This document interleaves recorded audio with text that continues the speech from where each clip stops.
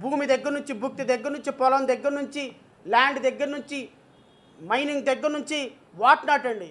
మీరు రండి, 14 లక్షల హెక్టార్ల భూమి, కనీసం 10,000 ఎకరాలు ఒక దళిత కుటుంబాల దగ్గర లేవే. 4% ఉన్నటువంటి మీరు రాజ్యాధికారాన్ని ఏలుతున్నారు. 4% ఉన్నటువంటి మీ దగ్గర భూమి ఉంది.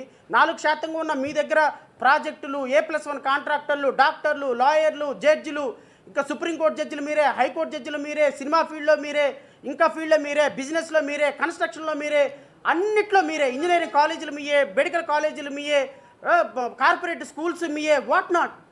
మరి దీంట్లో విభజన చేయరా? దీంట్లో విభజన అడగరా?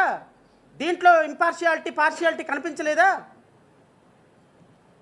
సమాజంలో కేవలం దళిత సామాజిక వర్గంలో మాలలే మాదిగలను దోచుకుంటున్నారు. మాదిగలే పాపం అన్యాయం అయిపోతున్నారు.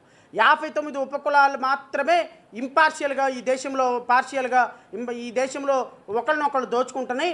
పాపం మీరెవరిని దోచుకోవటంలా, ఎవరి సొమ్ము దోచుకోవటంలా, చంద్రబాబు నాయుడు దోచుకోవటంలా, నారా లోకేష్ దోచుకోవటంలా, పవన్ కళ్యాణ్ దోచుకోవటంలా, భారతీయ జనతా పార్టీ దోచుకోవటంలా, మీరు ఎవరిని దోచుకోవటంలా. మీరు మాత్రం సత్యహరిచంద్రులు దోచుకుంటున్న కులాలు మాత్రం ఇవి. ఒక్కసారి ఆలోచించమని కోరుతున్నా. ప్రజలారా, ఈరోజు చంద్రబాబు నాయుడు, నిన్న తెలుగుదేశం పార్టీకి గత 5 సంవత్సరాలు అండగా ఉన్నది మేమే. మరి ముఖ్యంగా నేను గత 5 సంవత్సరాల్లో దళిత సామాజిక వర్గం మీద జరిగిన ప్రతి దాడిని మీడియాలో ప్రశ్నిస్తూ, మేము వాయిస్ రేజ్ చేసినటువంటి ప్రతి సందర్భంలో ఆ రోజు ఓటు బ్యాంకు నువ్వు సంపాదించుకున్నావు చంద్రబాబు నాయుడు.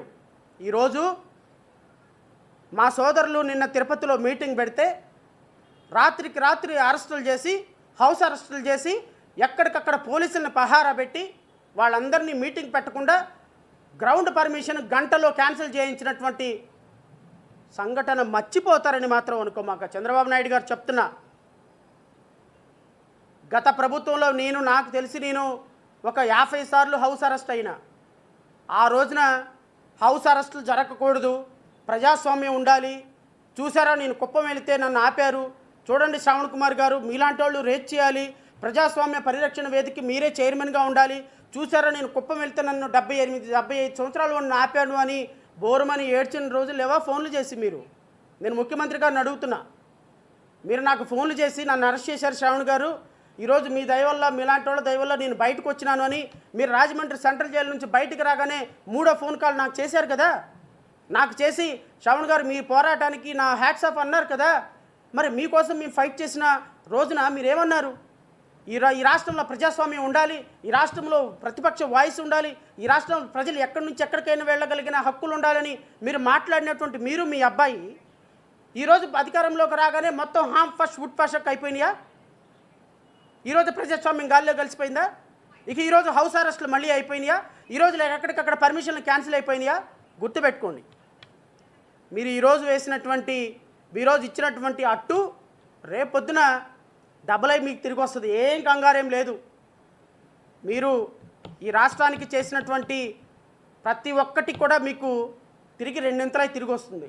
ఈరోజు దళిత సామాజిక వర్గం ఒక సామాజిక వర్గాన్ని దోషులుగా చేసి ఈరోజు ఎక్కడైనా మీటింగ్ పెడితే ఒక IARS ఆఫీసర్గా, ఒక అఖిల భారత మాల సంఘాల JAC చైర్మన్గా ఆయన ధర్నా చౌక్లో ఒక పిలుపునిస్తే ఆయన ఇంటికెళ్ళి హౌస్ అరెస్ట్ చేసే స్థాయిలో మీ పార్టీ ఉంది అంటే, మీ ప్రభుత్వం ఉంది అంటే, మేమంటే ఎంత చులకన. లేకపోతే మీరు ఒక వ్యక్తిని, అఖిల భారత మాల సంఘాల చైర్మన్ని హౌస్ అరెస్ట్ చేస్తారా?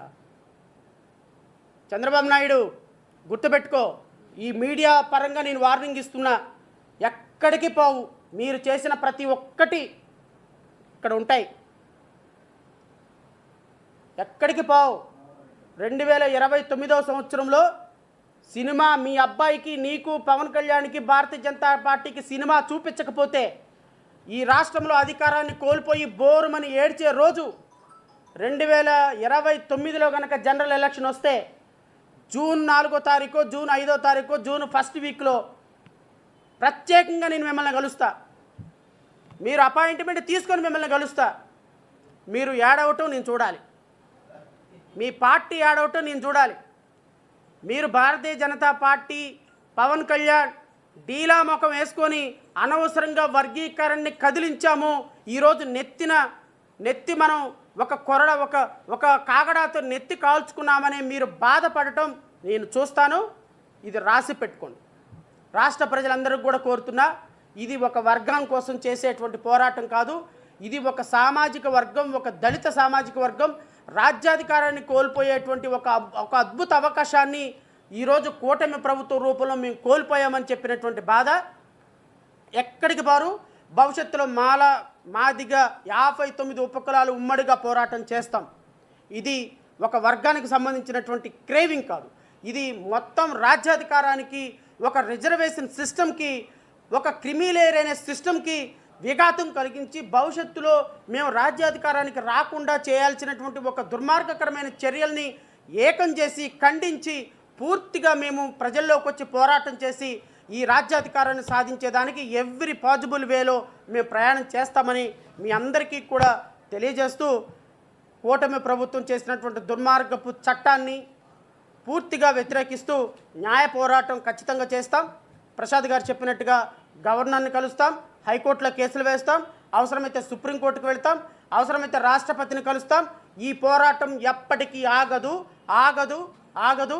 ప్రజల భాగస్వామ్యంతో, ప్రజాస్వామ్యవాదుల భాగస్వామ్యంతో, కలిసి వచ్చే రాజకీయ పార్టీల భాగస్వామ్యంతో. నేను మళ్ళీ కోరుతున్నా, నేను సిపిఎం చిన్న పార్టీలని, అవసరమైతే వైఎస్ఆర్సీపీని కూడా కలిసి ఖచ్చితంగా ఈ వర్గీకరణకు వ్యతిరేకంగా మద్దతు కూడగొట్టే పనిని రాజకీయంగా, సామాజికంగా, న్యాయపరంగా, చట్టపరంగా తీసుకువెళ్తామని, దేవిప్రసాద్ గారి నాయకత్వంలో మేమందరం పనిచేయడానికి సిద్ధంగా ఉన్నాం.